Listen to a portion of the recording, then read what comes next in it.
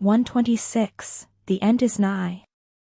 Dynami's stock price has steadily crumbled since the disturbing revelations about their knockoff elixirs, and public outcry from former clients who recently lost their expensively purchased powers, the newscaster said on the hospital room's TV. Ryan squinted, as a video of Alphonse Manada's explosion appeared behind the anchorwoman. The quality was terrible, probably due to radiation interferences, though one could see Wyvern and Enrique flying towards the blast source. Dynami's spokesperson confirmed that Alphonse Manada, alias Fallout, was responsible for the explosion that shook the old harbor. The reasons for this action remain obscure for now, though Wyvern affirmed that the now former vice president is now safely out of commission. The next images then showed the cyborg's ejection into space. Only Ryan and Livia's armors had been caught on tape, with the latter's face and identity remaining mercifully hidden. The new acting chairman, Enrique Blackthorn Manada, promised a full indemnity to the victims of both incidents and a public trial to judge the responsible. His actions have so far been met with division among staff. "I still can't believe they came clean," Matthias said, sitting on a chair near the window with his arms crossed. Ryan himself occupied the seat closest to Livia's bed, Henriette snoring at his feet while Eugene Henry unilaterally decided to occupy his lap. The courier had traded his damaged Saturn armor for his stylish suit, at least until he could repair it. "I thought they would at least sugarcoat the truth, not spill everything to the press." "It was necessary," Livia replied, wearing a white gown and bandages around her forehead. Braindead's operation had prevented brain damage from her close brush with Fallout, but it would take her a few days to recover. "You cannot learn from your mistakes without owning up to them." Enrique understood that, and Wyvern all the more. After the battle with Fallout, Enrique had the group transported to Dynami's hospital, with Stitch and Alchemo tending to their wounds. Thankfully, Ryan's evacuation warning had borne fruit, and though some locals had been wounded when Alphonse detonated himself, nobody had perished. The perfect run had been preserved. At least, for the moment. Waves of resignations continue after Il Miglior's disbandment, the newscaster continued. Though Wyvern promised that I quote, clean and non-profit law enforcement organization would take its place, the fate of many heroes remain uncertain. Ryan deactivated the TV. "How long before thunder strikes?" he asked his girlfriend. "Not long," she admitted, looking away through the windows and the veil of time both. "Things are moving quicker than I expected. Vulcan has already left the Augusti. My father learned of Wyvern's visit and has ordered her death." Ryan's heart skipped a beat. "Is she going to make it?" To his relief, Livia answered with a nod. "Thankfully, Vulcan was no fool and spied on my father's communications." "It doesn't bode well if he's already purging his own ranks though," Matthias said with a frown. The seer nodded slowly. "Fallout's defeat and Hector's arrest have him on edge. If it's too good to be true, it probably is?" Ryan guessed. "Yes. He will make a push to take over New Rome, but he is smelling a trap." Livia sighed. "His forces will move into Rust Town anytime soon, and if left to their own devices, they will find the bunker. I will repair the Saturn armor one last time, and destroy the base," Ryan replied, rising from his seat. Eugene Henry immediately leapt from his lap to Livia's. "Looking Glass, you gather the others. Livia, you stay here." "I won't," she replied, biting her lip. "Uncle Neptune will soon pick me up to take me to Sorrentos. My father won't let me stay in a Dynami's hospital while he's plotting their destruction." Matthias frowned, but shrugged. "Well, we have prepared for the attack for days. We can do it without you." "I wish I could supervise the assault," Livia said with regret. "To make sure it goes well." "You could supervise it from afar," Matthias pointed out. "My mother did that with the carnival, and it worked very well for them." The fact that he was willing to relinquish command to Livia at all surprised Ryan. The courier guessed that watching her take wounds in an attempt to protect New Rome from fallout helped build trust between them. My uncle won't let me out of his sight. Livia joined her hands, while Eugene Henry nuzzled her fingers. I will try to find an opening. No, Ryan insisted. If Brain Dead says you should rest, then you will. If you don't, he's likely to put your brain in a jar, and you truly don't want that.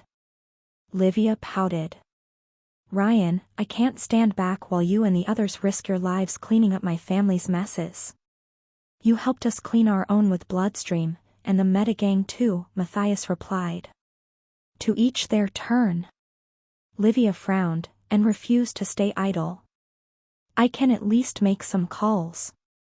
This will be a game of rock paper scissors, and I can bring more counters to the table. Ryan squinted. Did you set up everything so that we would have the perfect people assembled for the job? She answered with a sly, foxy grin. I would be a poor seer if I didn't. I love it when you're in a mastermind mode, pulling strings from the shadows. All is going according to plan. Her smile faltered. I hope. Ryan glanced at his translucent friend. Maddie, can you leave us for a second? I will brief the others, the vigilante replied, before taking the door. Livia exchanged a heavy glance with her boyfriend. Ryan, after destroying the island, she cleared her throat. You're going immediately after him, aren't you? Alone? Yes. If lightning but didn't come for his head first. Ryan expected the madman to get off his mountain after watching Ischia Island go down in smoke. It will be all right. I won't kill him. It's not his life I fear for. You can't save. Didn't anyone tell you? Ryan asked with a smirk that didn't reach the ears. I'm immortal. Don't joke about this. Her startling reaction took her boyfriend aback and woke up Henriette. Livia closed her eyes, but failed to suppress tears forming at the edge. She took a deep breath as the dog started licking her fingers to console her, and sobbed. Ryan, the man I love is about to go fight my father. And one of them might not come back. When she opened her eyes again, Ryan could see the fear and dread in them. Either he will kill you and you may not restart, or you risk permanently landing a killing blow. And I can't do anything to prevent it. Livia, Ryan began. She didn't let him finish. I know you're trying to comfort me, tell me it's all right, but it's not. Ryan, your sister just euthanized her father, and Enrique Monada arrested his own before banishing his brother into space. Even if both hoped it would end otherwise, they accepted that it couldn't. While I still can't, Ryan. Ryan listened in respectful silence, letting her say what weighed on her mind. Instead of answering with words, he sat on the bed and gently wiped away the tears. I'm scared, Ryan, she confessed, taking his hands into her own and squeezing his fingers. I'm scared because I've seen how it could end, but not how it will. I thought I wanted to be surprised, but not like this. Livia, do you remember what you told me at the restaurant the other night? Ryan asked, trying to reassure her.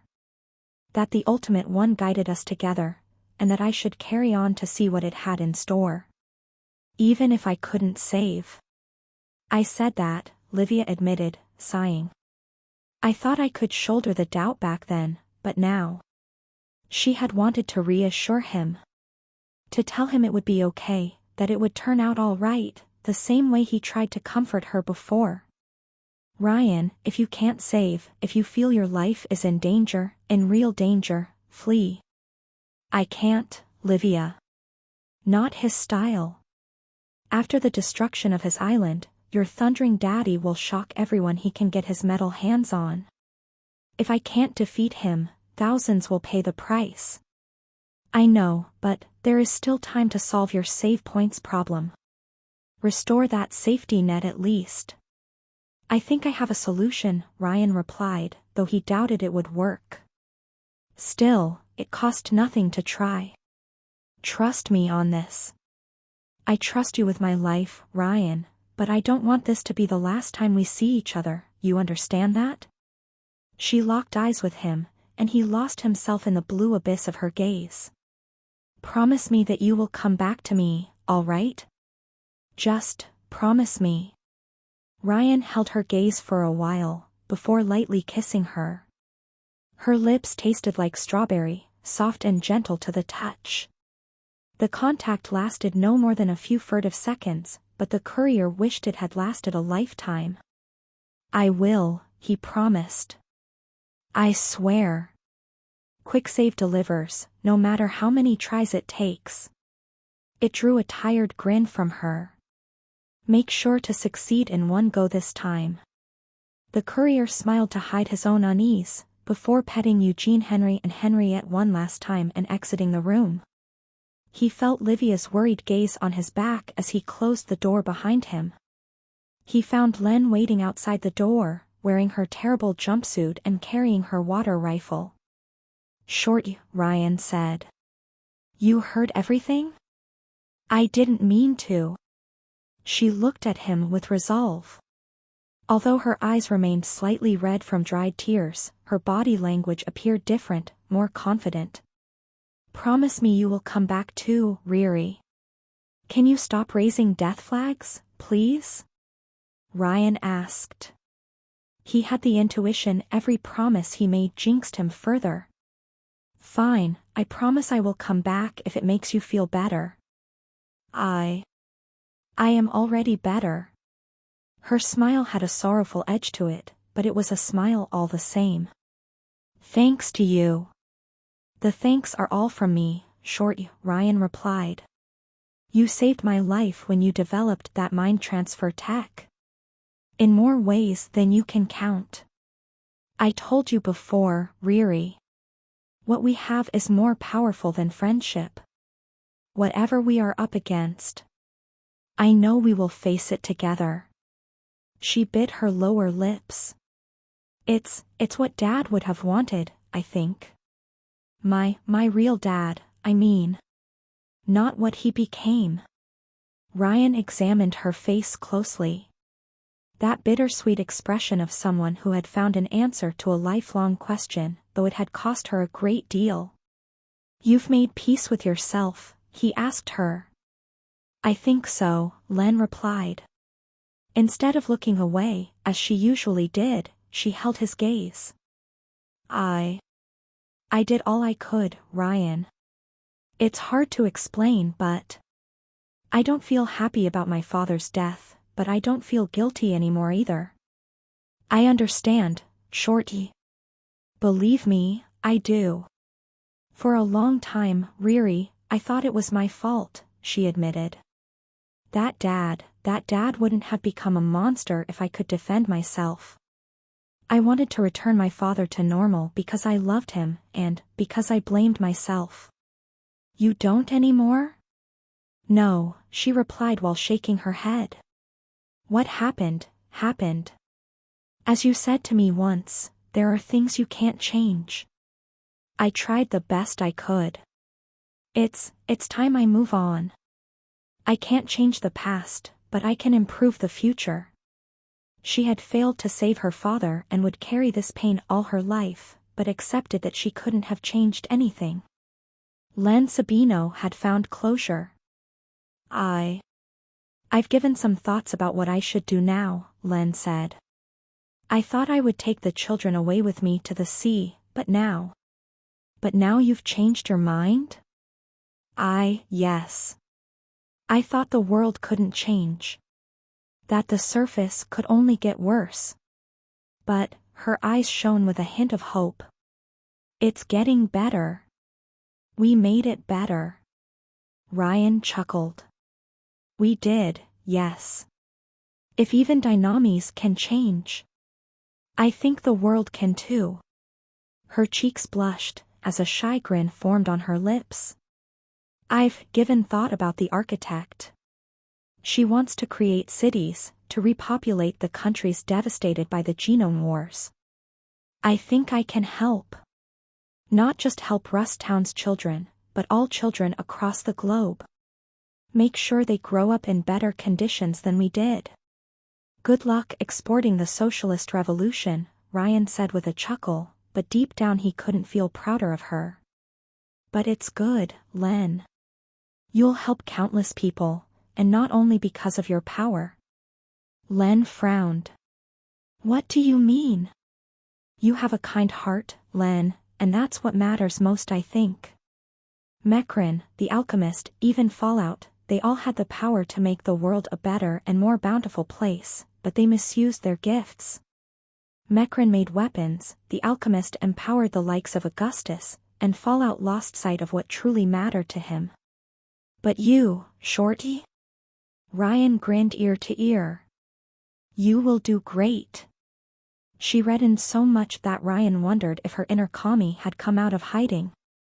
He decided to tease her a bit. Did I give you diabetes with mere words? Len answered his jab with a sisterly hug. He let her arms move around his back, and his around her. He listened to her slow breathing, as his mind wandered to his first family.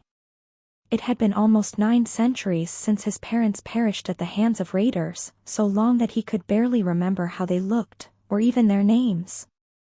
Ryan had been 12 when Bloodstream and Len found him hiding in his home's wreckage, a lost child with nothing. Though he had lost a family of blood that day, he had gained another forged in sweat and tempered with struggles. A sister he loved dearly. Thanks, Riri, Len said, before breaking the hug. We can discuss our future after we win, all right? Yes, indeed. After they won. In the depths of Mecrin's bunker, Ryan laid on an operation table clad in his Saturn armor as robotic arms repaired Fallout's damage. Since he wouldn't have the opportunity to improve upon the design further, the courier had taken the opportunity to install a few upgrades. The most important of all was a system based on the mechanism his team's geniuses developed to discuss with elixirs. Can you hear me? He asked, his helmet's lens shifting with the elixir's rainbowy colors.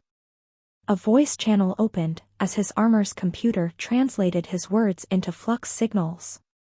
The synthetic voice that answered through the channel was unlike the one he heard while in the Black World, but Ryan knew, deep within his bones, to whom it belonged.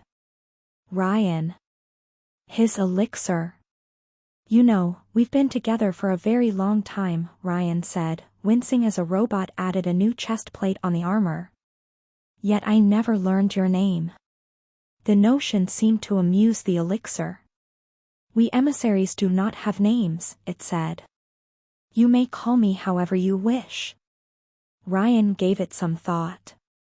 Lightling? No. Darkling would get jealous. How about magenta? Magenta? Violet would have been too simple. Or maybe you would prefer the color out of space. Coos? Or the color out of time? The elixir didn't answer immediately, but when it did, it sounded quite pleased. I like magenta better, it said. Better than fuchsia or purple. How long did you ponder that one? Shouldn't you already know? I mean, you are inside me. Now that Ryan thought of it, it meant that his elixir had experienced everything its host did. I am no peeper, the entity answered, vaguely amused. We have bonded for so long that I understand human thoughts better than the rest of my kind, but it remains a second language to me. Subtleties escape me, though I do know why you wanted to have this conversation. Ryan looked at the metal ceiling above his head. He could almost hear the Augusti troops marching above his head, hundreds of meters beyond the steel and dirt. Why did you prevent me from saving? I had nothing to do with it, his elixir admitted. All violet powers ultimately derive from the Ultimate One. As Darkling said, we are priests. We do not bring miracles, we can only ask for them. So Ryan had been right, it had been an Illuminati plot from the start. Then let me rephrase myself, why did your boss prevent me from saving? I do not know, but I can guess. Your connection to the black has grown, Ryan. Before you could barely consume Fallout's red flux, but now you could harm him directly. His elixir sounded quite concerned. Black is a sword without a hilt. Unlike other colors, it is as dangerous for its wielder as for its foes, and it feeds on the timelines you delete. If it grows too strong, it will grow uncontrollable and destroy me. Powerful as it is now, it might cause my save to go wrong. That would explain why the Ultimate One would prevent the courier from accessing his trump card, but the implications worried him greatly. If I can neither create a new save point nor die, then what will it mean when I, say, die of old age? I do not know, Ryan. But the Ultimate One sent you a message. To carry on until the end, and see what lies beyond victory. Maybe you won't die at all. Maybe you will ascend instead. I thought I closed that door when I refused to stay in the black world. Ascension is not an end, Ryan, but a process by which lesser life forms ascend into the cosmic beings inhabiting the higher realms. The door is always open. His elixir struggled to find the human words to explain the phenomenon. I can hardly describe it. Each ascension is unique, and you are closer to it than most. The Hargrave's life form too. He is trying to delay the process as long as he can, so he can stay on this earth, but eventually, he will become a bright star in the sky. If he chooses to. Ryan marked a short pause. Why me? He asked. Why am I closer? Because power is not the only thing that conditions ascension, Ryan. Wisdom is another. This is why the creatures you fought in the alchemist's ship were denied this reward. Their eyes were small, and could see no further than themselves. With cosmic powers come universal responsibilities, the courier scoffed. Yes, his elixir answered softly, its voice full of pride. We have been connected for centuries, Ryan, and you have grown with them. Time has no more secrets for you, and though the road was long and difficult, you have reached the end of your journey. It sounded like a teacher happy to see their student graduating, even though the final exam was yet to come. Do you think we can beat him? Augustus? Though Ryan always projected confidence to others to keep their hopes up, his elixir knew his thoughts. Lightning but was the strongest genome the courier had ever faced, and this time he wouldn't have a do-over if he failed. Can the black harm him now? Magenta was suddenly a lot less enthusiastic. Augustus is made of the strongest material in creation, an indestructible metal invulnerable to non-conceptual abilities. Even if it has grown stronger, your other power will make it possible to defeat him, not easy. So it would be victory or death. Ryan's elixir must have read his thoughts, before it immediately tried to reassure him. I have faith in you, Ryan. In us. I know we can make it. I hope so too, Ryan replied, right as the robots finished their work. The courier stepped on his feet, his steps echoing on the steel floor. Any word of advice before we go in? 1. The elixir's voice turned cold and deadly. Don't cheat on me. Ryan blinked. I beg your pardon? Now, I know you are a perfect specimen of Homo sapiens with excellent genes, so I am not surprised that some of my kindred propositioned you. Now the elixir sounded positively jealous. I am very proud that you resisted the lure of free bonding, but let this be clear, I will not tolerate elixir bigamy. I didn't carry you for over 800 years to share now. Wait, can the Ultimate One grant divorces? The courier asked playfully. That would be against my religion, but I can make this bonding a living hell. I'm joking, Ryan replied. You've been my best bud since I was 16. I'm never cheating on you. Even with Darkling. I know, Ryan. That was a joke too. The elixir sounded so serious and deadpan that Ryan hadn't noticed. Was it funny? You've still got a few years of practice ahead of you, but I'll help. Ryan put on a cashmere poncho over the armor, as he didn't feel complete without it. Till death do us part, then. No, Ryan. Death is but a door, and the ending yet awaits us. The elixir marked a short pause, before uttering one final word. Onward. Ryan cut off the communication and prepared to activate the bunker's self-destruct mechanism, when he noticed a small, white shape in a corner of the room. The plushie stood on its 2 feet, gazing up at Ryan with its big, beautiful blue eyes. The creature didn't make a sound, nor did ominous eldritch voices echo in the room. The monster that had haunted the courier's nightmares and slaughtered its way across multiple loops now gazed at its maker with solemn silence. It looked thoughtful, for a lack of a better word. Almost sad. "Why are you here, buddy?" Ryan asked, a little bit scared by its unusual behavior. "Let's go to Disneyland," the creature replied with its paws raised, its sorrow swiftly replaced with malice and cruelty. Ryan raised an eyebrow behind his helmet, before suddenly trying to remember Narcinia's age, and failing. "No multiplication," he warned while pointing a finger at the murderous Legomorph. "If you mess up my perfect run, I'm never letting you disembowel anyone again. I am your friend." "You are." God have mercy, they had become friends one rampage at a time. "Is it about sticking it to lightning butt?" The rabbit slowly nodded, as Ryan had guessed. It wanted payback for its previous defeat, and now might be its last chance to deliver. "All right," the courier said. He still owed the plushie for saving him from Adam, after all. "Jump inside the backpack and let's blow up Olympus. And maybe DreamWorks too, if we have enough time." The plushie cried out in joy, and climbed on Ryan's armor. The courier opened the backpack compartment, and the demonic toy vanished inside. The courier glanced around the metallic chamber, almost with a sense of sadness. Though his team had already taken away all beneficial, non-lethal technology from the bunker, it still pained Ryan to condemn this place to destruction.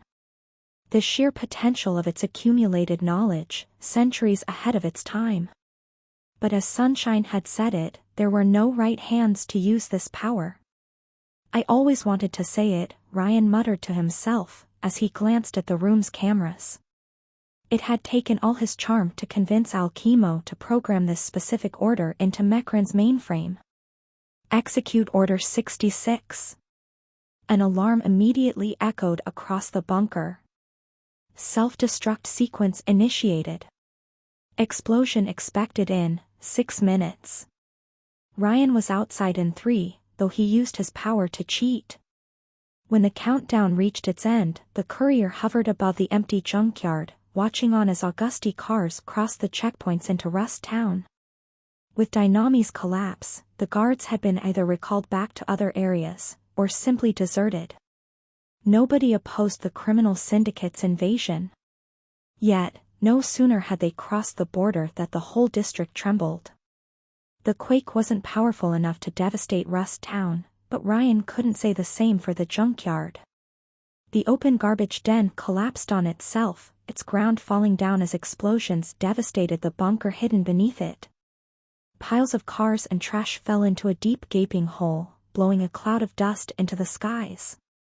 When the dirt fell down back to earth, only an abyss of smoking debris remained from the junkyard. Though the rest of Rust Town remained intact, its major landmark had vanished. Ryan wondered if it would harm the local tourist industry. A crimson light briefly glowed in the blue skies above, like a red star shining in its final death throes. The Bahamut satellite had self-destructed alongside its orbital command center, the sword of Damocles that had hung over New Rome shattering. Mecran's legacy would never haunt the world again. This last loose end closed, Ryan turned to glance at Ischia Island. He noticed the shadow of Mecran's submarine making its way there, ready to disembark troops. New Rome would have its own D-Day, with a time traveler leading the charge. Len immediately established communication. "We're waiting for you, Riri." And so, Quicksave flew on to his last battle. 127, Theomachia. By the time Ryan reached Ischia Island, the area had already turned into a war zone. The Mecran submarine had made landfall before Ryan arrived, unleashing a motley crew of cured metagang members, geniuses outfitted with advanced power armors, and berserk pandas on Ischia Island's shores. They were welcomed by inactive turrets, Augusti gunners on the walls, and a horde of zombies buried beneath the beach.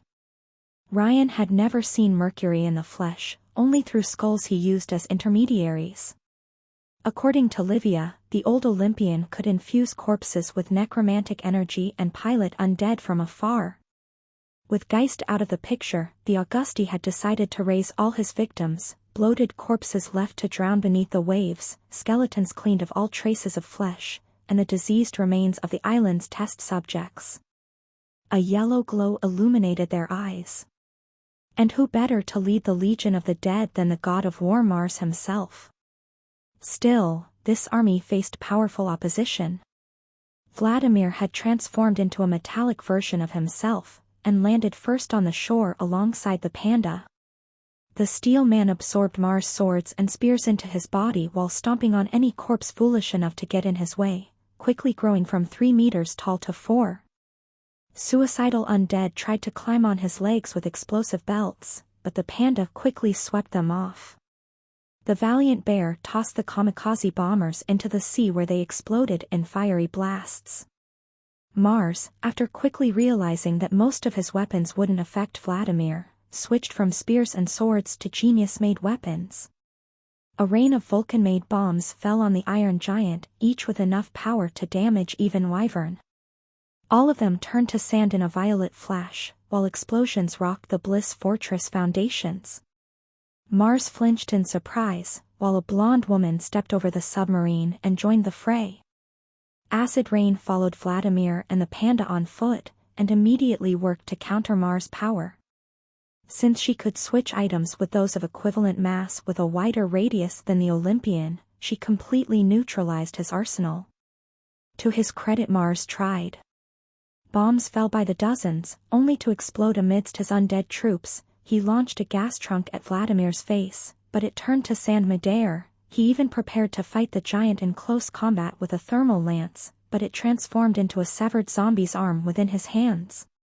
In the end, the dreaded warrior that put Ryan and Felix on the run one loop ago could only retreat as a steel giant ran after him.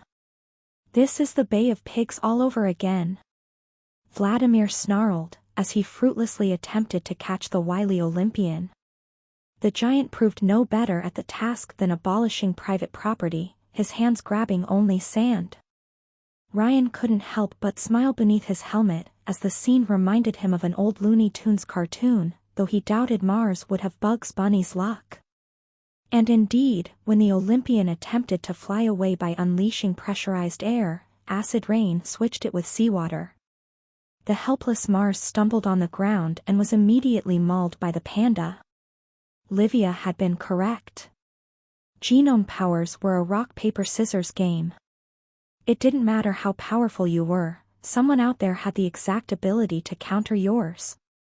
Through intelligence gathered over multiple loops, Ryan had arrayed the perfect matchups against the so-called Olympians. Not that the normies in their employ fared better.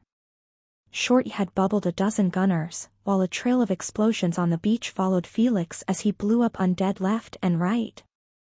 The doll provided suppression fire with a red flux minigun, her own Mecran-made power armor shrugging off bullets. Worse, Vulcan's security system had failed to activate and intercept the invaders. At first Ryan thought his own geniuses had done it, before noticing multiple Augusti trapped inside their own power armors, unable to move. "Livia, you cheeky little spider, that's who you called." Ryan couldn't help but laugh. Still, he wondered how Vulcan had the time to sabotage the defenses. Since the power armor she had created suffered from the same problems as the turrets, the courier assumed his ex-girlfriend had put a kill switch inside her creations since their inception. Insurance in case the Augusti leadership turned against her.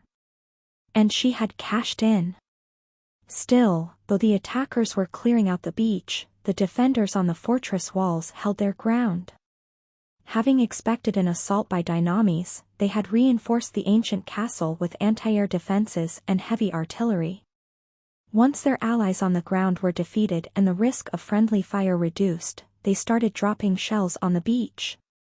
Though their projectiles couldn't hold off Vladimir's advance, and in fact only fueled his growth, the others had to take cover or run behind the giant. Some of the Killer 7 were among the defenders, with Vamp and Night Terror using rocket launchers, Sparrow unleashing deadly volleys of lasers from her hands, and Mortimer disdaining the heavy artillery for a subtle but deadly sniper rifle. Ryan circled the fortress from above, trying to locate the more dangerous Cancel and Pluto. Some Augusti gunners noticed him and tried to shoot him down with anti-air cannons, but the courier froze time and retaliated with shockwaves. Cannons exploded one after another, sending defenders tumbling down the walls.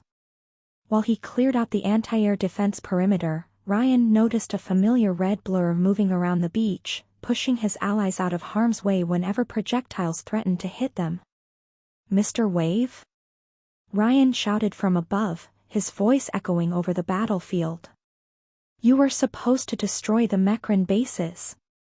"God asked things of Mr. Wave too once," the genome replied, as he quickly pushed Felix to the side before one of Mortimer's bullets could blow his head off. And Mr. Wave replied, "Say please." The man said it with so much style that Ryan couldn't hold his blasphemy against him. Once word of the carnival's presence reached Lightning Bud, however, the appearance of two new figures on the main wall, right above Narcinia's flower garden, caught Ryan's attention. They emerged from a reinforced door, the first with the same cheery smile always plastered on her face, the second with a furious scowl.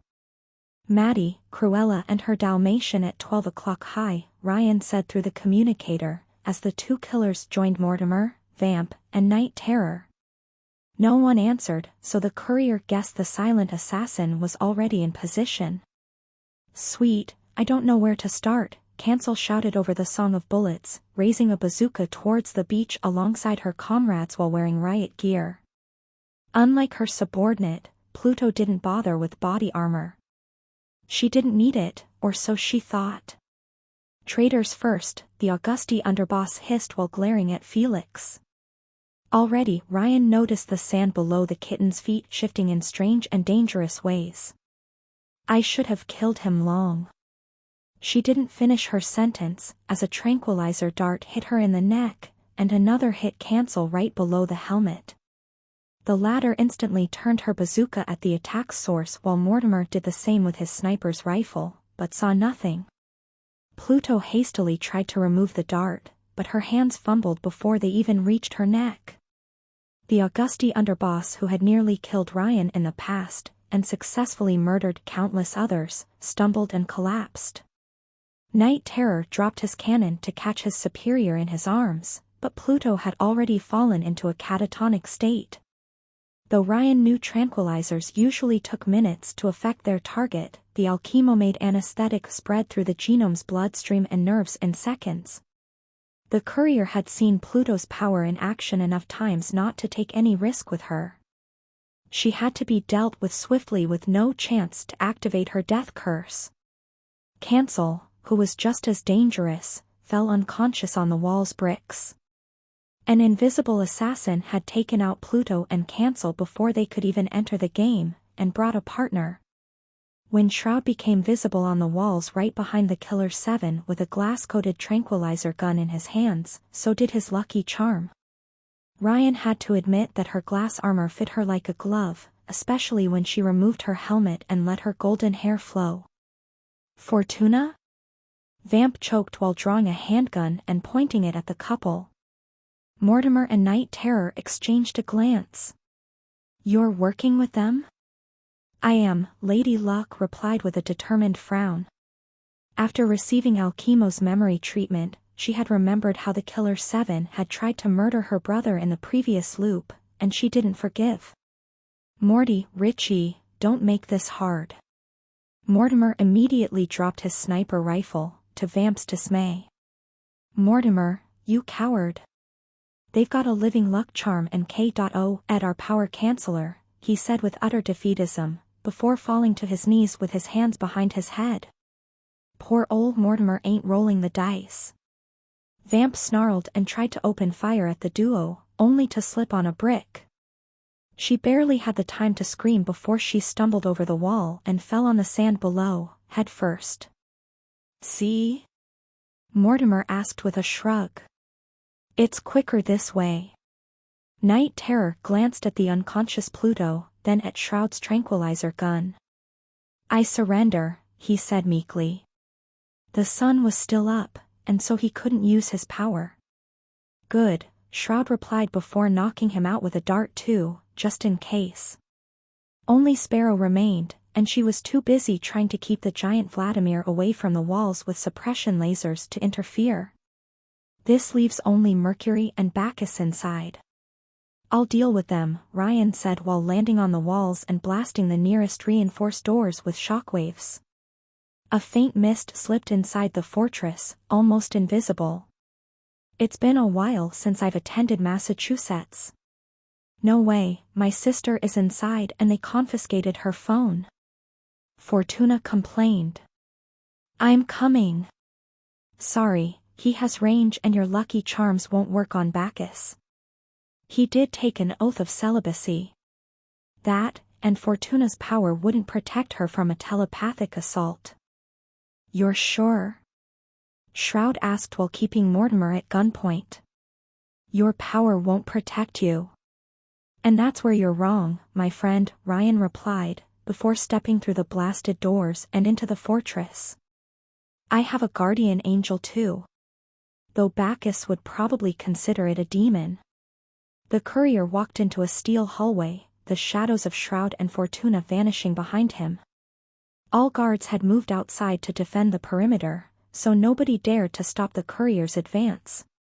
None but the voices. Coming inside alone was a mistake. Though Bacchus' voice echoed in the corridor, Ryan didn't see him anywhere. Nor did the armor's sensors pick up a sound. The words existed only in the courier's head. "Despoiling this holy ground was a sin. Can I confess my sins while hauling you out of here?" Ryan remembered the fortress plans from his previous visit, and suspected that the priest awaited him in the Bliss Production Center. "This place is lost, Father. All you sinners did was invoke the wrath of God.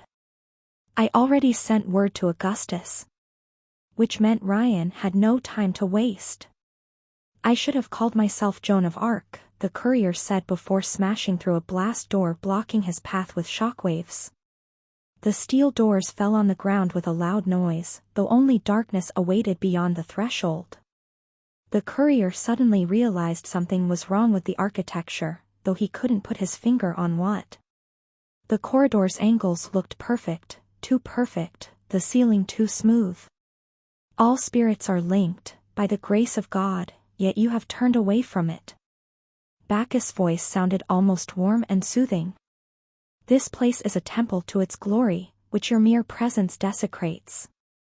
"Good, just let me grab Narcinia and bring down the roof, and you won't have to suffer my wits anymore." Ryan briefly froze time, the world turning purple. The darkness in front of him vanished, a wall of dented steel standing up where the blast door should have been. The real blast door had been to his left, and intact. "I won't let you," Bacchus said as Ryan let time resume and unleashed a shockwave to his left, dispelling the illusion. "She is a bridge between us mortals and my God, too precious to be sacrificed to the likes of you." "She is what, 13? 14? Ryan snickered before continuing his progress. Lamps in the ceiling flickered, and shadows shifted all around him. "That's like 5 years too old for you. I see that even my salvation cannot reach you now." Bacchus' voice let out a sigh, and the blast door magically reformed behind Ryan. But all sins are forgiven in death. Once I have peeled away your mind to nothingness, your corpse will bolster the cohorts of the risen. And Bacchus attacked. The ground collapsed beneath Ryan's feet, making him stumble into a black abyss with fangs and teeth. The courier activated his jetpack, but a serpentine tongue caught his ankle and dragged him into the darkness. This is all in my head, Ryan thought, but his own brain wouldn't believe him. When the fangs closed around his stomach and tore him in half, the pain felt very real. Ryan immediately activated his time stop, and when the world turned purple, the courier stood inside a security checkpoint room with only computers for company. He hadn't even activated his jetpack. When he had fought night terror in the past, Ryan had noticed that his time stop briefly dispelled illusions. The courier suspected that telepaths worked by broadcasting thoughts through blue flux, and they couldn't do so in a frozen world. Unfortunately, the illusions reasserted themselves the moment time resumed. The next telepathic attack took the shape of a tide of blood swallowing Ryan and seeping into his armor. The courier instinctively held his breath, but the red liquid bypassed his lips and started filling his lungs. His vision blurred as he drowned into the red ocean, the laughter of bloodstream resonating with the waves. Ryan knew this was all an illusion, and unlike night terror, it didn't look like Bacchus could inflict real damage through hallucinations. However, the priest didn't have to harm the time traveler, only to delay him. If Augustus fell on him while blinded by illusions, the courier might as well be a sitting duck. Another time stop dispelled the red flood, and Ryan used shockwaves on the floor below his feet. The ground collapsed when time resumed, but when the time traveler fell, the hole went on and on forever. A hideous alien cacophony erupted around him, as strident as the scream of children. The twisted illusion made the courier's ears bleed and his vision blur. No, Ryan realized as the cacophony became deafening, not illusions. Insanity. Bacchus could degrade an individual's sense of reality like advanced schizophrenia or other mental illnesses, destroying the victim's very identity. He peeled someone's mind away like an onion, until nothing remained. You did this to Julia Costa, Ryan realized in horror, his voice somehow cutting through the alien cacophony. The courier had grown used to pain through centuries of time looping, but a normal mind would have shattered under these psychic assaults. You tortured her, until she forgot who she was. Human mouths opened on his armor, to taunt him with 10,000 voices in one. Some in the Holy Church believed that only through pain and flagellation could one become closer to God. Ryan choked, as tendril whips sprung from the darkness and hit him in the chest and back. Though his armor should have stopped them, they flayed the skin beneath the steel. Their kiss felt like sharp blades cutting him up. Is that the best you can do? The courier said with a grunt. My girlfriend scratches me harder. Julia Costa died on the altar, only to rise again, a holy maiden and a tool of the one true God, Bacchus replied softly. It took days for her to accept this divine grace, but in the end, she opened her heart to me. Yeah, I'm going to martyr you too as soon I reach your hiding room. Ryan activated his power again, finding himself facing a steel floor with 4 animated, putrid corpses striking his back with pickaxes. Mercury. Bacchus cloaked his undead thralls with illusions, allowing them to strike him by surprise. They're trying to find a joint or weak point in the armor, Ryan thought, as he blasted the undead to pieces in the frozen time. They wouldn't find one, but might damage the circuitry or the helmet's lenses. He managed to rise back to his feet before the time stop's duration ended, but the courier already felt mentally exhausted as if he had overslept. The repeated mental assaults couldn't harm him physically, but they taxed his brain. If this lasts too long, I might pass out from the sheer headache, Ryan realized, as he tried to remember his current location inside the maze-like facility. Thankfully, his enhanced timing let his body continue walking towards its destination. Time ran out, and the psychic assault renewed. Nails impaled Ryan through the hands and the feet, impaling him on a Christian cross overseeing Ischia Island. The plushie was crucified to his left, a half-rotten Len to the right. Bacchus stood in front of the naked courier with a sharp spear, while New Rome burnt beyond a bloody horizon. I now realize that the Gnosticism heresy had the truth of it, the priest said, as he stabbed Ryan in the chest. The courier clenched his jaw not to scream as the spear's tip twisted between his ribs. The illusion was so vivid that it fooled his nerves. This world, this crooked reality, is a prison for souls. A cosmic trap of monstrous proportions, keeping us from divine unity with the ultimate ones. I know what Eva Fabre did to you, Andreas, Ryan said in between grunts of pain. He hoped using Bacchus' real name would unsettle him and dispel the hallucination, but it only made the priest stab him harder. She wrecked your mind when you gained your powers. If there was ever a good man inside you, he's probably weeping. The alchemist awakened me, Bacchus replied, his face twisting into a skull with a blue, alien light peering out of the eyes. She was a prophet, and I followed the wrong path.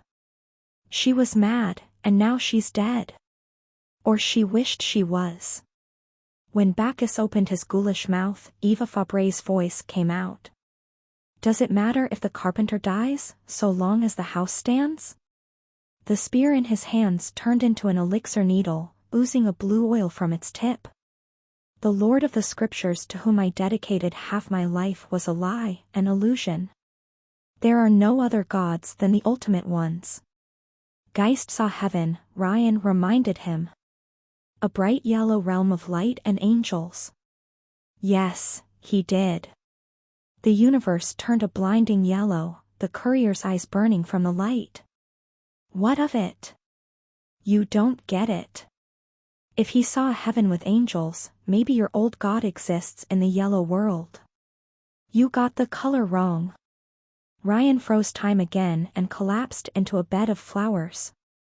Their petals were blue, their cores yellow. The courier noticed a hole in a glass ceiling above his head, and two undead with welding sticks surrounding him.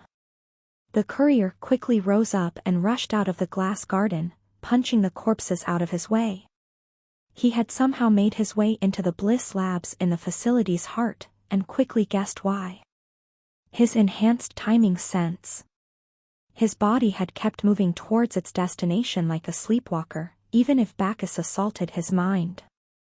Unfortunately, sleepwalking wouldn't save Ryan from physical attacks.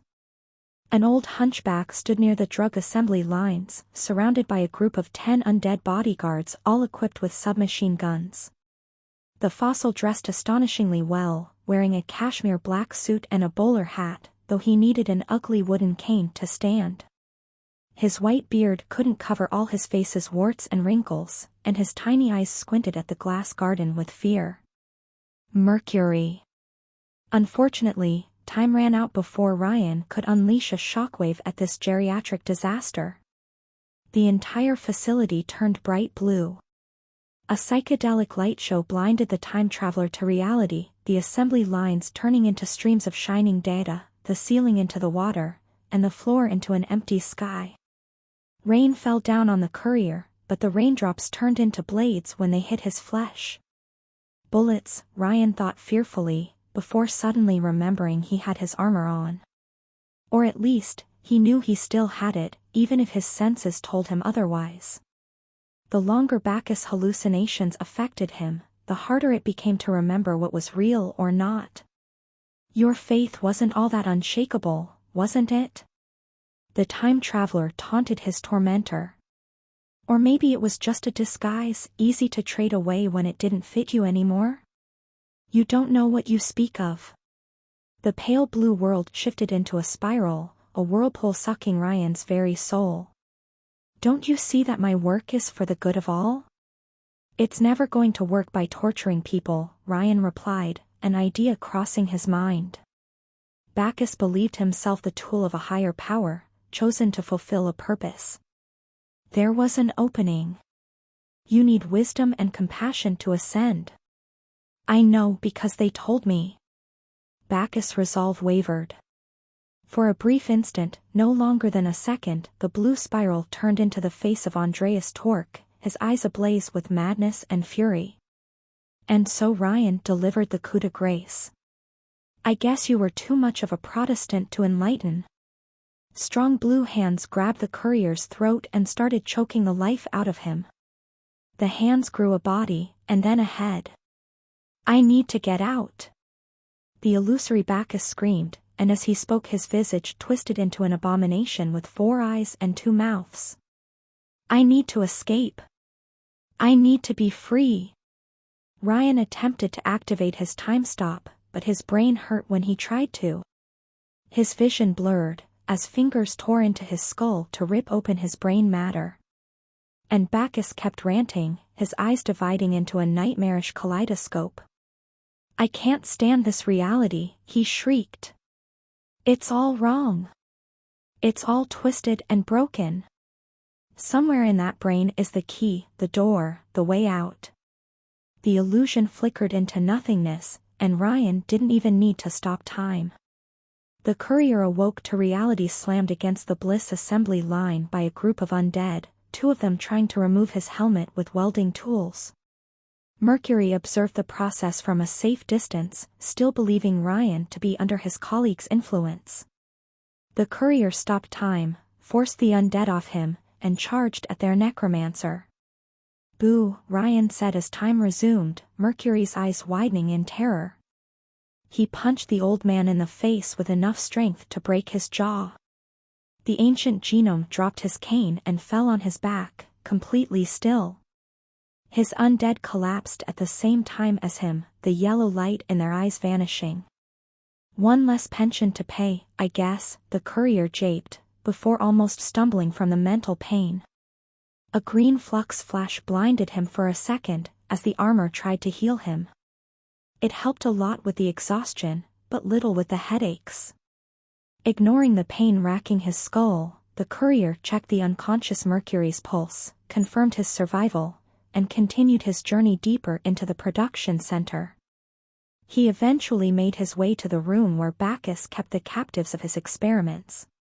Ryan found the priest wriggling on the floor, scratching his neck as a sentient mist filled out his lungs. The time traveler's eyes wandered at the cages around him, where drugged-out test subjects with hollow gazes waded in their own feces. One pair of eyes looked towards the courier with intelligence, and a great deal of fear. Bacchus' eyes looked up and vanished behind his eyelids, but when the mist exited his throat, the courier could still hear him breathe. Took you long enough, Ryan complained, as Bianca reformed next to her unconscious victim. Give me a break, it was hard to find him. His former vice president squinted at him. You're all right? My head hurts like hell, but I've felt worse. The plan had been for Ryan to act as bait for Bacchus' attention while Bianca crept up on him. The courier had suspected, correctly, that the telepath would have a hard time noticing a creature without a brain. But still, he hadn't expected the experience to be so harrowing. You're not all right, Bianca said with concern, before glaring at Bacchus. Why did you want him alive? I could have burst out of his lungs easily enough, alien style. I promised I would bury him along with this place. A part of Ryan still wanted to pull his gauntlet's trigger. But unlike some ivory madman I know, he didn't choose to become a monster. If alchemo can cure his broken psyche like he did with Helen. That, and since Ryan might not have a do-over this time, he didn't want to regret anything down the line. A part of him would have always wondered if he had condemned a sick man to death when other alternatives existed. That's awfully optimistic. Bianca shrugged. But I would have said the same of me. Ryan looked in front of the cages, stopping in front of one with a terrified teenager inside. It's all right, the courier tried to comfort her, as he tore off the metal bars with his bare hands. We're here to help. Narcinia didn't make a move to escape her cage, keeping her arms around her knees in a fetal position. She looked at her rescuers with terror, a red mark on her cheek. Someone clearly slapped her not too long ago. It almost made Ryan regret sparing that sorry excuse of a priest. Bacchus and Mercury are neutralized, Ryan told Shroud through his armor's intercom, the green flux finally removing his headaches. We've got Narcinia and the test subjects, but she's not well. The answer came swiftly. Put on the loudspeakers. When Ryan obeyed, it was Fortuna's voice that came out, brimming with concern. Narcy, are you all right? Sis? Narcinia's eyes lit up with hope. Sis, is that you? Of course it's me, silly. Fortuna marked a short pause. What happened to you? You sound so. It's Father Torque, Narcinia suppressed a sob. When Mr. Geist vanished, he wouldn't let me leave and took my phone. He didn't even let me see Dad. When I tried to go back home, Her sister's voice turned reassuring and affectionate. It's all right, Narcy. I'm here, we're all here. We're getting you out of this cursed place. But Dad is an asshole, Fortuna cut her off. Felix and I will show you. Felix came back? The poor girl couldn't believe it. For you, Narcy, Adam Kitten's voice came out of the loudspeaker. I came for you. They're all waiting for you outside, Ryan said with kindness, extending a hand to the child.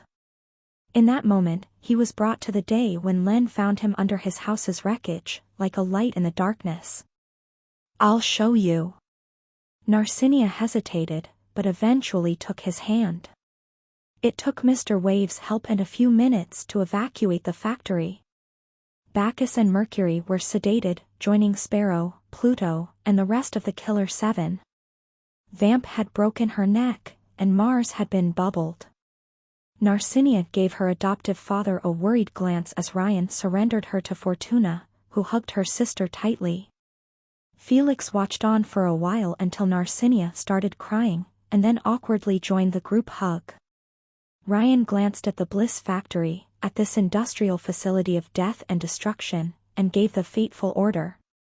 Tear this place apart. The giant Vladimir immediately punched the fortress stone walls with his bare hands, while Bianca assisted him with shockwaves.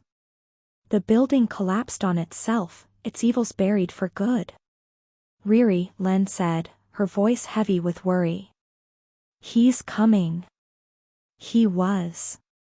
The Saturn armor's sensors had noticed a spike in electromagnetic activity near the island. The air itself was choked with electricity, and red lightning coursed through the clouds above the island. Shroud put a hand on the courier's shoulder. Ryan. You killed me more than he ever did, the courier quipped, before activating his jetpack. I'll be all right. The vigilante watched Ryan go without a word, but even though the courier couldn't see through his friend's glass helmet, he sensed the worry behind it. He wasn't the only one. Shorty, Bianca, the doll, Felix, Mr. Wave, Fortuna, Timmy, Helen, and all the friends he made across almost 24 loops, they looked at him and prayed without a word. They thought he wouldn't come back. And they might be right. Ryan gathered his breath, swallowed his fear, and ascended higher and higher, until the Bliss factory's rubble looked no bigger than his hand. Smoke rose up below him, while crimson lightning tainted the blue skies red. Thunder echoed all around the courier, booming and dreadful. A thunderbolt coursed through the heavens right above his head. I love the dramatic tension, Ryan said, looking up. You sure know how to make an entrance. An ivory statue slowly descended from a cumulonimbus, shrouded in a crimson, electric aura. It would have hurt to even look at his face, but Ryan's lenses allowed him to see the furious, murderous scowl behind the crackling lightning. Streams of ionized, whitened winds swirled below the discount deity's feet, allowing him to fly. Instead of stopping at the courier's level, Augustus floated a few meters higher to better look down on him. Who are you?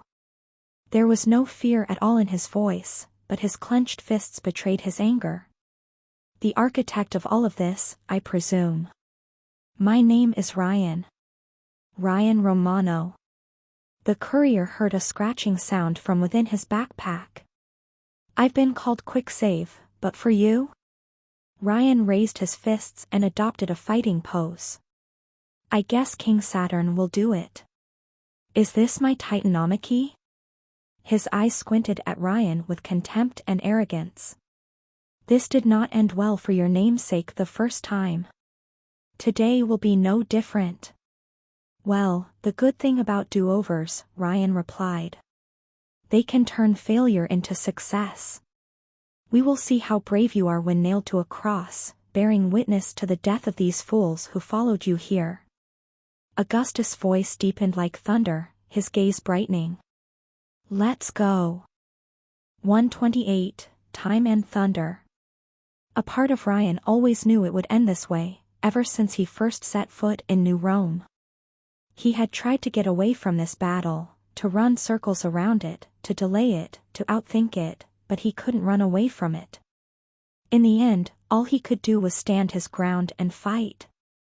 And that he did. A mighty crimson bolt struck him in the chest, the electricity redirected by his armor's circuitry. Though the lightning would have fried a man alive, it dispersed harmlessly to the false god's dismay. Ryan immediately activated the gravity gun in his chest while Augustus was briefly startled, firing a black sphere straight at his foe's stomach.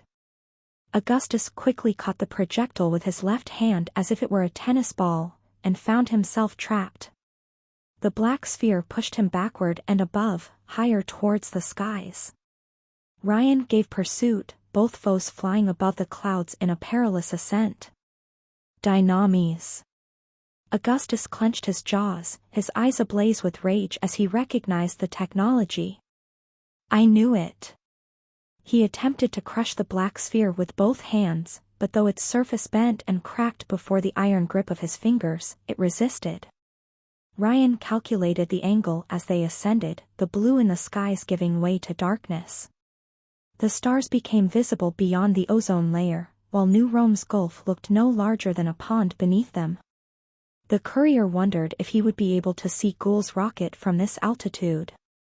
His hopes of watching Augustus follow the undead and Alphonse Monada into interstellar exile were quickly dashed.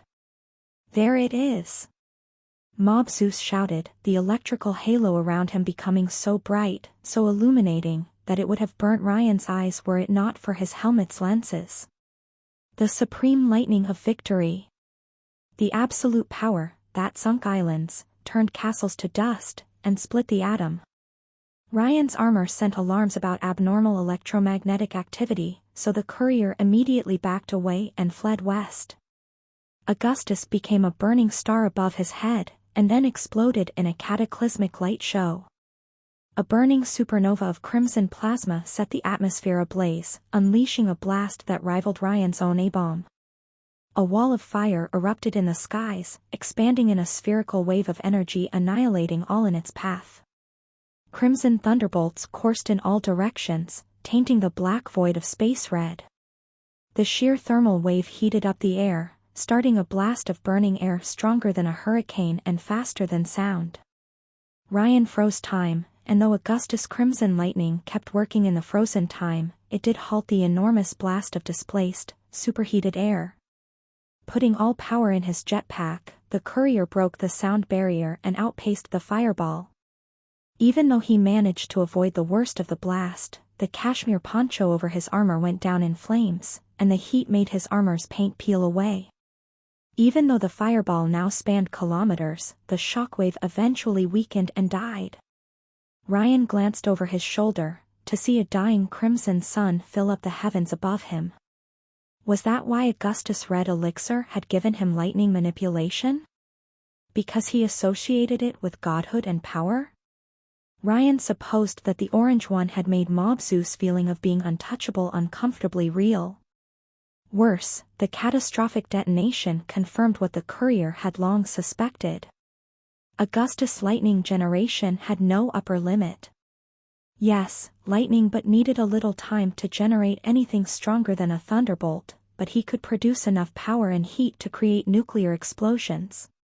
Maybe he could even manipulate electrons to somehow break atoms. No wonder Mob Zeus had managed to sink Malta. If given free rein, he could probably destroy human civilization on his own. Ryan couldn't allow him to do so. A shadow emerged from the blinding light, chasing after the courier and quickly gained ground on him.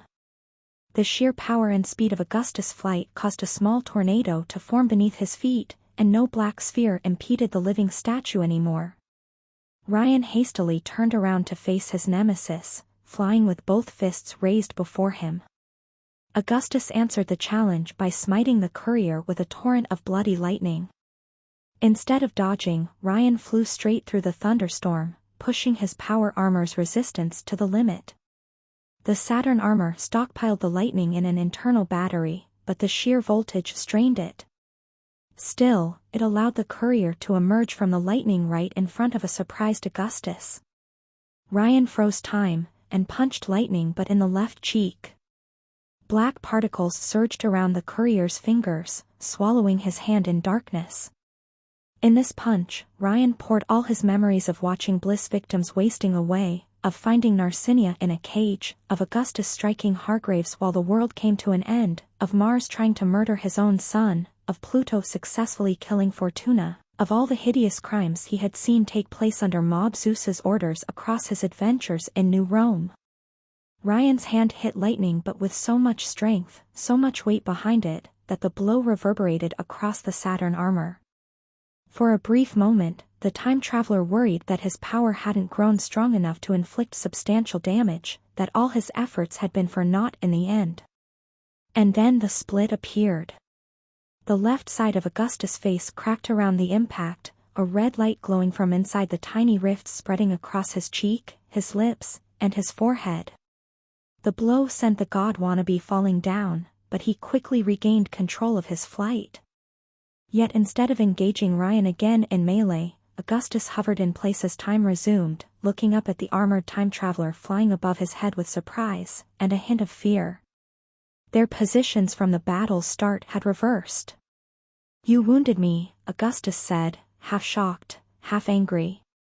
"Really?" the courier replied, freezing time again and closing the gap between them. "Let's check." And Ryan punched Augustus again. Lightning but tried to dodge, but his own reflexes worked against him. For years he had felt secure in his invulnerability, letting his foes break their hands against his metal skin as a show of strength. His survival instinct was fighting his arrogance, and Ryan's hand struck before this internal battle could resolve. This time, the courier aimed for the right side of the head, and witnessed more cracks appear. The electrical halo around Augustus briefly shorted out, revealing the old man underneath the luster of power. Red lines spread across his ivory visage, like a damaged statue. His haughty, arrogant expression had turned into a wince of pain. Ryan couldn't help but feel a deep sense of satisfaction at the sight. "Remember," the courier said, "you are mortal." Time resumed, and Augustus struck back with a bestial snarl. His first blow hit Ryan's chest with enough strength to bend the reinforced metal, and the second sent the courier falling down to earth at the speed of a cannonball. Ryan regained control of his flight after crashing through a cumulonimbus, floating above the vast blue expanse of the Mediterranean Sea. Instead of engaging his foe again, he fled west as fast as he could. Augustus immediately pursued the time traveler with feverish zeal, his fear replaced with murderous desperation. He couldn't let anyone capable of harming him live to fight another day. Ryan checked his location, and opened a long-distance channel. Both he and Augustus flew so close to the water, and so swiftly, that the sea seemed to split in half below them. "Simon, where are you?" "We evacuated as you asked, Petit Riddle," his friend's voice answered while the courier dived to the left to dodge a crimson thunderbolt. Unfortunately, the lightning changed course and homed on to the time traveler, though the armor absorbed it all the same. "How far?" Ryan asked, as the Monegasque coast came within view. "Really far. Why? Because you might need to redraw the maps. Ryan choked as Augustus caught up with him with a roar. Both genomes soon started manhandling each other above the empty but illuminated streets of Monaco. The sun was all but gone from the sky. A golden glow surrounded the courier, as the Saturn armor's yellow defenses struggled against the cursed city's insidious grasp. So you were the source of these anomalies, Augustus said, before closing his hands around Ryan's armored neck and squeezing. The mob boss eyes burnt with savage hatred, the glowing red splits across his face making him look like a demon from hell. The outside finally matched the inside. Good. I had hoped to kill you for a very, very long time. Sorry, I'm not into that sort of foreplay. Ryan activated his power and struck Augustus at his arm's joints by surprise, making the electric maniac release his hold on him. Mob Zeus attempted to punch him in the time anomaly, but the courier swiftly drew upon decades of judo practice, grabbed his foe's arm, and tossed the ivory man towards the city. Augustus crashed into the ruins of the Monte Carlo casino with a devastating crash, collapsing its roof as time resumed. Ryan immediately retreated outside of Monaco's airspace, and delighted upon seeing Augustus disappear in a bright flash of violet light. The golden glow around the Saturn armor vanished as soon as he crossed the Monegasque border and the fortifications Simon had set around the city. The courier considered delaying his save until after he slept and confirmed he wouldn't wake up in Monaco, before remembering he couldn't. Still, Ryan let out a sigh and took a moment to observe Monaco as he gathered his breath. He had worried that Augustus would prove immune to that too, but thankfully, even an invulnerable man couldn't escape this cursed city's grasp. The time traveler didn't wish an eternity fighting clowns on anyone, but lightning had more than earned it.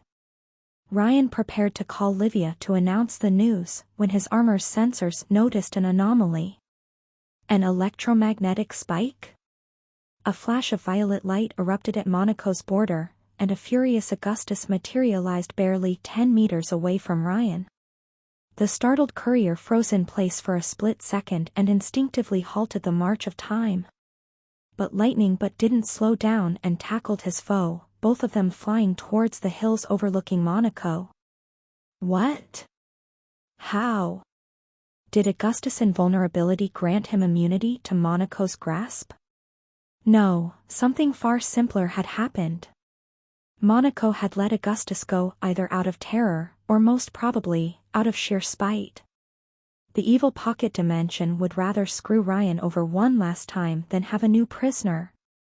The two enemies' flight ended at the Tête de Chien promontory where the courier's adventure in Monaco first began. Augustus smashed Ryan's head against the pavement with enough strength to crack the helmet's lenses, and the courier's vision briefly blurred. A drop of blood fell down his forehead, while his last reserves of green flux coursed through his veins and restored his vision. Augustus' shadow towered over Ryan as he struggled to stand back on his feet. "Here is where you belong," Mob Zeus said while lifting his right foot like an executioner's axe. "Under my heel." Ryan hastily rolled aside before lightning could stomp his head like a watermelon, and jumped back on his feet. Augustus' heel shattered the pavement in a devastating strike, digging a small crater. "And here's the hand you deserve," Ryan replied before freezing time. He swiftly backhanded the mob boss before he could adjust his position, his black flux-infused fist hitting the genome supremacist in the face. The blow sent a tooth flying and the mob boss stumbling. Lightning quickly regained his footing, and touched his chin as if expecting to bleed. When time resumed, neither enemy took flight. Instead, they faced each other on the promontory, their feet firmly anchored to the ground. Augustus didn't attempt to zap Ryan again, perhaps expecting the courier's armor to absorb his lightning. Or perhaps the lightning lord would rather beat the time traveler within an inch of his life with his bare hands, to better feel his bones breaking beneath his fingers. "You fight better than most, but your efforts are for naught," Augustus said before taking a step forward. From the height of his 2 meters, the ivory man towered above his rival like Mount Everest above all other mountains. There can only be one master of the world. You think that's what I'm fighting you for? Ryan sneered, before doing some boxing footwork. The world? What else? Because I want to be happy. Ryan froze time, right as Augustus raised his right fist. Because I want to make a great many people happy, and you're a threat to their well-being. Lightning Butt lunged at him with a jaguar's speed, but Ryan lowered his head to dodge his deadly punch and retaliated with an uppercut. The blow, shrouded in black flux, would have shattered a normal human's head. It only caused more cracks to appear on Lightning Butt's chin, and the shadows around the courier's hands dispelled when time resumed. Make people happy? Augustus didn't even appear capable of fathoming the notion. The likes of us stand above lesser men. They exist to serve us, we don't exist to serve them. It is our will that decides what is right from wrong. It is our destiny, our divine right, to remake the world as we wish. The ivory man tried to strike Ryan while he waited for his countdown to end with a haymaker, but the courier swiftly dodged this blow too. Make people happy?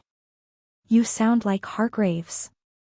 Augustus sneered in disgust. Such weaklings are not meant to live. Yet I made Livia happy, Ryan replied, as he counted from 9 to 10. While you only ever brought her pain and sorrow. The mention of his daughter hurt Augustus more than the punches ever did. You dare mention her name? She didn't warn you about me because she knows it too. Ryan froze time, black flux swirling around his fingers. That you're an irredeemable piece of shit. Even if she still loves you, she understands that you've got to go. It doesn't matter, Augustus replied, lying to himself. Once you're out of the picture, I will make everything right. Ryan punched Lightning Butt in the chest, making him snarl as a new crack spread over his torso. The vicious brawl continued for minutes, perhaps hours. The universe turned violet, then returned to normal, then switched back to violet again in an endless cycle. The two duelists stepped down the hill's steep slope, one punch at a time, with only the stars for witnesses. Augustus was faster than Adam, and stronger than Wyvern. Though he was no martial art expert, he had far more experience with hand-to-hand fighting than Fallout. Lightning Butt's style was rough and direct, almost robotic, but nonetheless effective. His body didn't feel fatigue, and each of his blows carried as much strength as the first. But he lacked something priceless, an edge that allowed Ryan to dominate him. Experience. When Augustus raised his fist, Ryan didn't see the genome suprematist he had grown to despise. He saw the boxers, judo masters, psychos, ninjas, clowns, ninja clowns, gangsters, petty tyrants, and heroes that he had bested across the years. He saw all the people he had fought in close combat over more than 8 centuries of main quests, side quests, random encounters, optional boss battles, and adventures across Europe. Ryan's body reacted on its own, drawing upon decades spent perfecting boxing, Krav Maga, judo, jiu-jitsu, street fighting, and all martial arts known to man. Augustus might have been over 70, but he was the child among the two fighters. By now, the mob boss' entire body had begun to resemble the moon's landscape, craters and rifts spread over a white wasteland. He tried to dodge and to parry Ryan's blows sometimes, but his own reflexes worked against him. Having never needed to dodge an attack or protect himself in over 20 years, Augustus had developed an over-aggressive fighting style, all relentless attacks with little focus on defense. It would have been enough to overwhelm almost anyone, but Ryan's reflexes had been honed to perfection over centuries. The courier focused on dodging the enemy strikes, and counterattacking whenever an opening presented itself. The damage he inflicted wasn't only cosmetic. Augustus' expression had long twisted into one of permanent pain, though rage was one hell of an anesthetic. Now you look like a real statue, Ryan taunted him, even as his armor sent alarms. The black flux was damaging the gauntlets as much as the repeated strikes against Augustus' indestructible body, slowly consuming the steel. He had to bring an end to the battle quickly. Augustus seethed with pain and rage, his movements growing wilder, unfocused, desperate. When his punches missed Ryan and hit Monaco's hills, the very ground trembled before his might. His lips uttered a single word. Why? Why are you losing? Ryan froze time and punched Lightning but in the face again. This time a bit of his stone lips flew alongside a tooth. Because for all your might, your fists only carry the strength of your arrogance behind them, while mine carry the weight of centuries, and the hopes of thousands. Even this armor was the work of dozens of people, who each gave their knowledge, their work, their very life force to make this wonder possible. From Len to Jasmine, from Felix to Livia, all of them contributed. Their strength coursed through these circuits. And now, Ryan raised his hand to deliver the coup de grace. Instead of taking it, Augustus blasted the ground with lightning, blowing dust in all directions. Ryan's fists hit only smoke as time resumed. When the cloud dissipated, Lightning but had taken flight and loomed over the courier. Your power works through your hands, and only within that temporal anomaly of yours, Augustus said, a crimson electrical current coursing through his cracked skin. Your other weapons are useless against me. He zapped Ryan with a torrent of crimson lightning. The Saturn armor absorbed it, but when Ryan activated his jetpack to catch Augustus, the warlord denied him the privilege of another brawl. Lightning but bravely ran circles around his foe, bombarding him with shock and thunder. Running away, are we now? Ryan taunted the mob boss as he chased after him. Puny god. Augustus answered with another lightning bolt. Unwilling to overcharge the armor's limited stockpile capacity, the courier dodged to the side, but like before the thunderbolt acted like a homing missile and hit him at light speed. Warning, remaining capacity at 0.5%, the armor warned after absorbing the electricity into itself. Ryan realized dodging had been a mistake, as a twisted smile flashed across Augustus' cracked face. Now he knew the Saturn armor's endurance wasn't limitless. The two engaged in a deadly course and pursuit over the French Côte d'Azur. Once a coastal and sunny paradise, the Genome Wars had left only ruins, muddy sand, and wild forests growing over both. They danced and waltzed, but only ever exchanged thunderbolts. If it had been a hand-to-hand fight, Ryan might have prevailed, but Mob Zeus refused to let the courier get any closer than 10 meters. Since he flew even faster than the time traveler and resisted his violet power, there was little Ryan could do to close the gap. He attempted his usual tricks, blowing up dust from the ground or trying to make Augustus lose sight of him to spring an ambush. It was all for naught. When Ryan feigned retreat, Augustus gave pursuit only to back down whenever the courier turned around. When Ryan tried to hide behind a hill or a tree, the lightning always struck him from an unexpected direction. Mob Zeus could detect electrons, so he didn't need to see Ryan to hit him. The mob boss harassed Ryan with a lone shark's relentlessness, never giving him any moment to breathe. "I bleeped your daughter," Ryan shouted, trying to infuriate the madman and make him drop his guard. "And your sister too. Look, a wild Hargraves." But neither truth nor lie disturbed Augustus' focus. Unlike Bacchus, he didn't let emotions interfere with his goal. Lightning but was brutal, but not stupid. The only thing on his mind was his foe's death, and nothing else mattered. In desperation, Ryan froze time, and attempted to unleash a shockwave while his gauntlets were wreathed in black flux.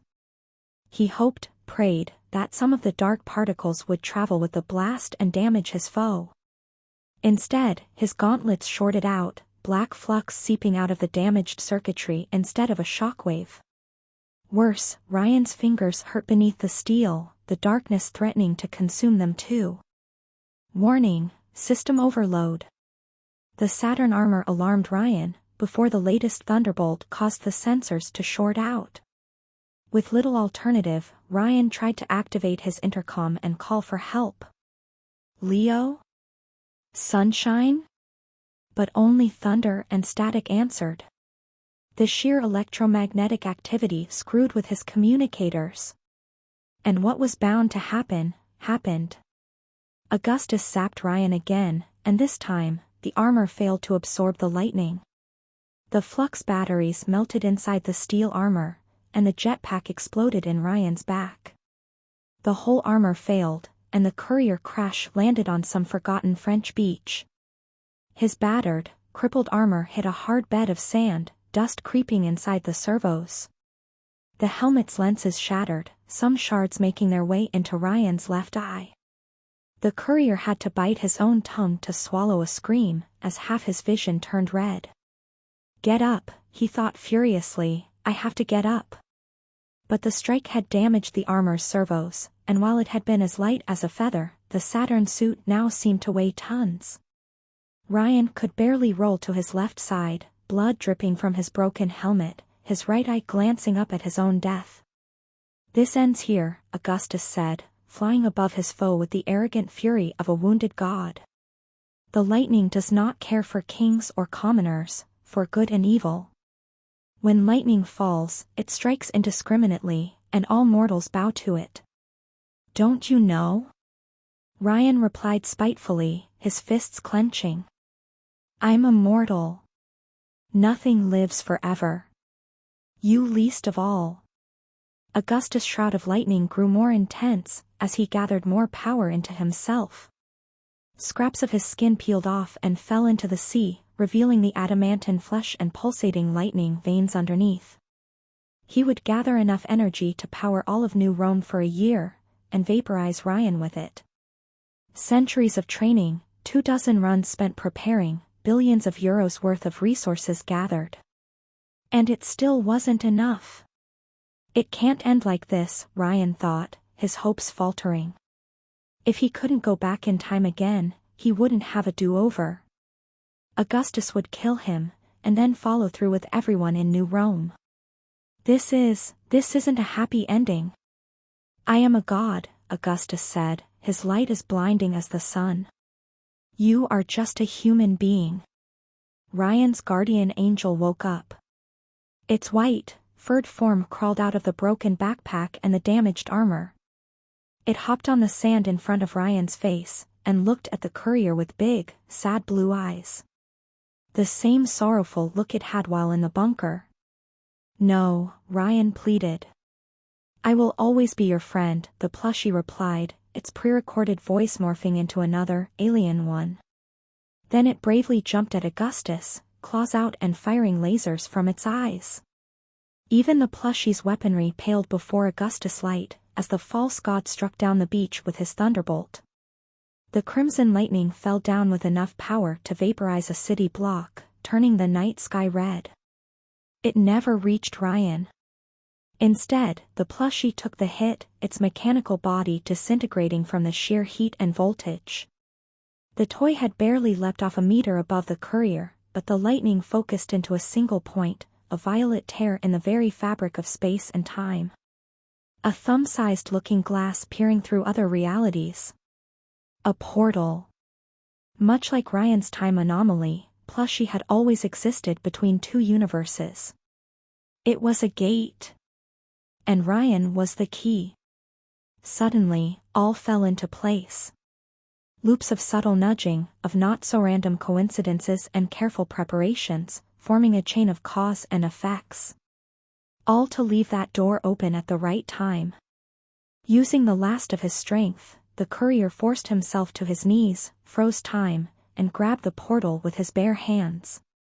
Violet and black particles swirled around his fingers in a deadly dance of light and darkness, consuming Augustus' divine lightning.